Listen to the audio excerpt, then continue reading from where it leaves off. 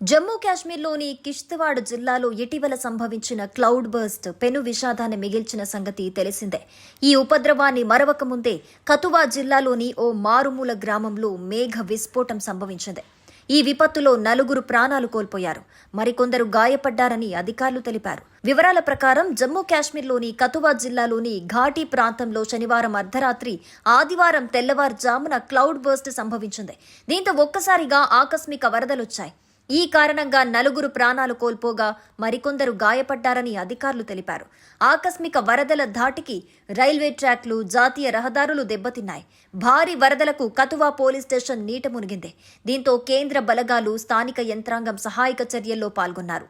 దీనికి సంబంధించిన వీడియోలు, ఫోటోలు బయటకొచ్చాయి.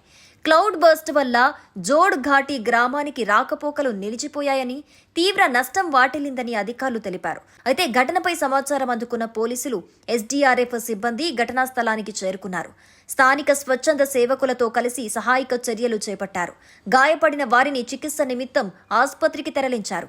ఇక మరోవైపు కతువా పోలీస్ స్టేషన్ పరిధిలోని బగడ్, చాంగ్డ్ గ్రామాలు, లఖన్పూర్ పోలీస్ స్టేషన్ ప్రాంతంలోని దిల్వాన్, హుట్లిలలో కొండ చర్యలు విరిగిపడ్డాయి.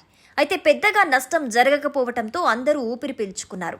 భారీ వర్షాల కారణంగా ఉజ్ నది ప్రమాదకరంగా ప్రవహిస్తోంది. నీటి మట్టం గణనీయంగా పెరిగిందని అధికారులు తెలిపారు. దీంతో స్థానికులను అక్కడి నుంచి తరలిస్తున్నారు.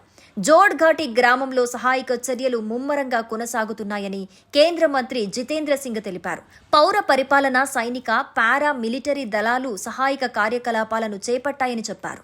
మేఘ విస్ఫోటనం గురించి సమాచారం అందుకున్న తర్వాత కతువా పోలీసులతో మాట్లాడాను. 4 చనిపోయారు. రైల్వే ట్రాక్, జాతీయ రహదారికి నష్టం సంభవించింది. కతువా పోలీస్ స్టేషన్ కూడా ప్రభావితమైందని ఆయన వెల్లడించారు.